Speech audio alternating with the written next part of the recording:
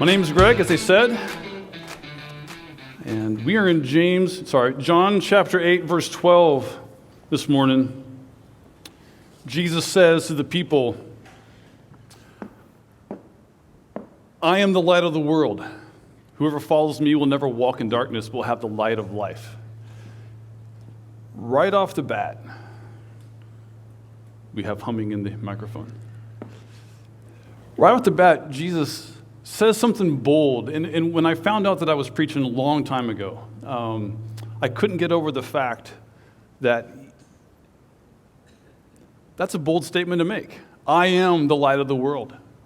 When people make bold statements like that, they're saying something that they want you to hear. Years ago, I was at a Bible study at VMI, met a new guy. His first name was Greg. I couldn't remember his last name. I was talking to him for a while, found out that he had retired from the Navy, was teaching part-time in the civil engineering department. I teach math at VMI as well. If you get to know me, you'll like, yeah, you're a math teacher, all right.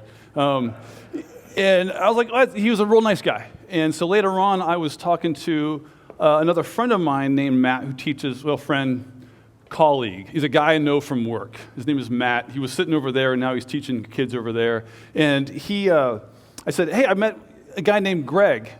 I don't remember his last name, but he's teaching with you guys. And he goes, oh, yeah, you must be talking about Greg Shear, retired Rear Admiral Greg Shear. I was like, oh, he didn't say anything about being a Rear Admiral. He's like, no, he wouldn't, but he has quite the impressive resume. And I've thought about that over and over again. What if he had told me right off the bat, my name's Greg Shear, I'm a retired Rear Admiral. I would have been like, it's probably a fact. And it's kind of weird that you told me that right away. You must have really wanted me to know that. That's kind of a strange thing to say. And you could have hung around Greg Shear for years, and you would have never have felt like this pretentiousness of I used to be someone important in the Navy kind of stuff. He was a good guy. So then we contrast that to why is Jesus saying this in the Gospel of John? Dom, 2 weeks ago, ran through these 7 I am statements that Jesus makes in the book of John, the Gospel according to John. They are these bold statements that for some reason Jesus wants us to know about him. And it makes me, I'm a teacher nerd, it makes me want to back up and talk about a bunch of stuff, just laying a foundation for some stuff. We talk about it as the Gospel according to John. What are we even talking about when we talk about the word gospel? If you dig down into the Greek, not that hard, it comes from this word evangelion. It's where we get the word evangelical or evangelize from. And it just literally means good news. When it was translated into English a long time ago, it got translated into the phrase good spell, a good story, good news. It was basically just a direct translation. Then over time, because things happen with language, that good spell got turned into gospel. Our key takeaway from that is when we are reading the Gospels, we are reading good news. When Jesus says, I am the light of the world, he's not just bragging, he's not being overly bold, he is in some way giving us part of the good news. Probably most of us are very familiar with, even if you're not really a regular churchgoer, that kind of stuff, there's 4 Gospels, Matthew, Mark, Luke, and John. Oftentimes you look at the very beginning of your Bible, it's the Gospel according to Matthew, Gospel according to Mark, and so forth. And why do we have these 4 Gospels? Why is John the only one that includes these bold I am statements? It comes down to the fact that each of the authors of these different letters or essays that they were writing at the time, each had a different background. Each of them had a different audience in mind, a different purpose when they were writing. They weren't in contention with each other. They just had a different point to make as they were writing. All of them pointing to Jesus, but doing it in a different way. We're going to start with Matthew. I'm going to run through these things real quick. I don't want to take a ton of time doing this, but I think this kind of stuff's fascinating, and it helps me as I'm reading the Bible. I'm going to start with Matthew. He was a tax collector back in the day. That was a big, big no-no, because he was collecting taxes for the occupying force of the Roman army within Roman Empire within Israel. So he was working for the bad guys, collecting taxes. I think if Matthew were alive today, he would be an accountant. I think when he met Jesus, it doesn't exactly say this in the Bible. But I think when he met Jesus, I think his heart turned dramatically to where he stopped not caring about his fellow Jews and just trying to get money, to caring deeply for his fellow Jews. And so he's writing his gospel to the fellow Jews, and he's making a case that the Jews would understand Jesus is the Messiah. He peppers his whole letter with all these Old Testament prophecies that Jesus fulfilled this, Jesus fulfilled that. He begins his whole gospel pointing that Jesus is the Messiah, and he gives the lineage, the genealogy of Jesus. Right off the bat, that's what it's about. And then his accountantness sticks out, where he breaks it up in these little 14 sections. He likes counting things, I guess, whatever.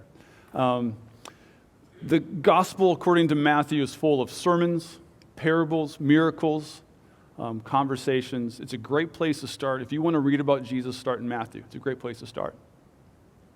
Mark was not one of the 12 disciples, whereas Matthew was. Whenever I read Mark, sorry, this gets me worked up. Let's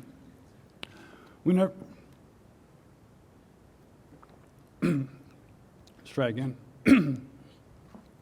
Whenever I read Mark, I can't help but think that he's an 18-year-old guy. It kind of shows up when he's trying to bring about the idea that Jesus has power. I think he's writing to a Gentile audience. He makes different references within his gospel about the Pharisees would do these kinds of things. And if you're a Jew, you already knew that. So he's pointing it out to people that might not know what's going on behind the scenes. I think he's trying to show them that Jesus has power in contrast to the Greek gods and the Roman gods. Here's a man that you can see and you can talk to, and he did things.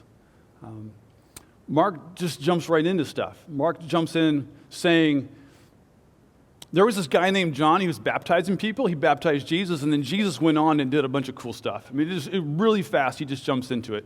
The book of Mark is full of miracles, full of conversations. It's very light on sermons. He's an 18-year-old guy. I'm not listening to the long speeches.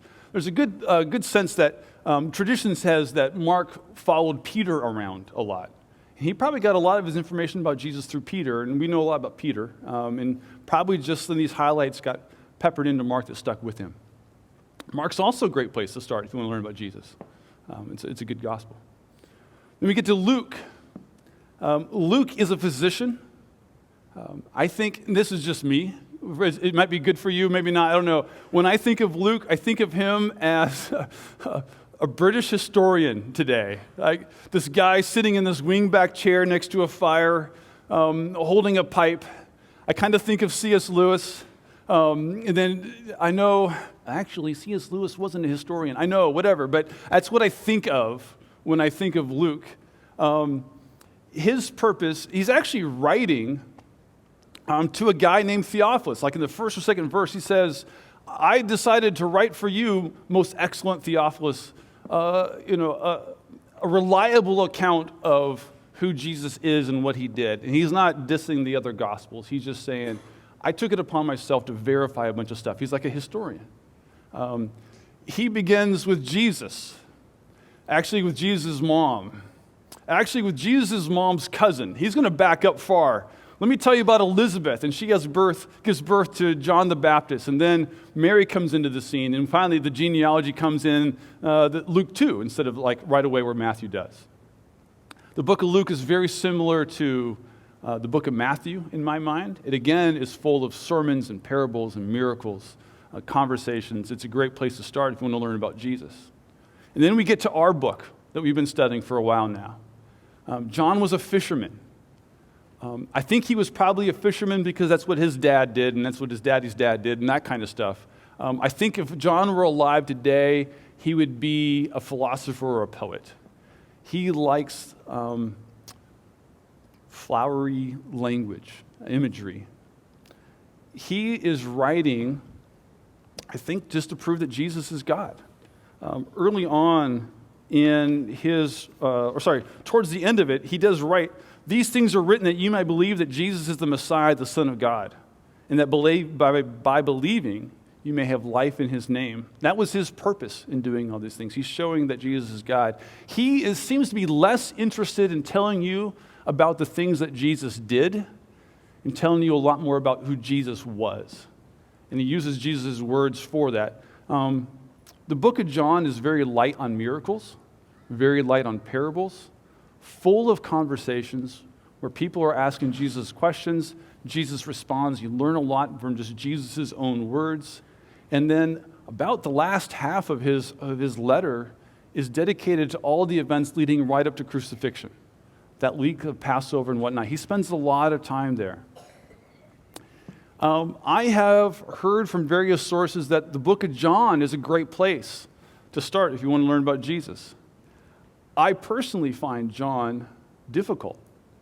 It's a great thing for us to be studying, but when I read through it, I have the most difficulty reading John of all the Gospels. I was talking to my dad one time about this thing, and he's a retired Old Testament professor, and he kind of went, I don't know why people give that advice. I think we should just start with Matthew and read through and get to John, and then John makes more sense. And so you're not going to go wrong. Read the Bible. But if you don't know much about Jesus, you can start with John or maybe start with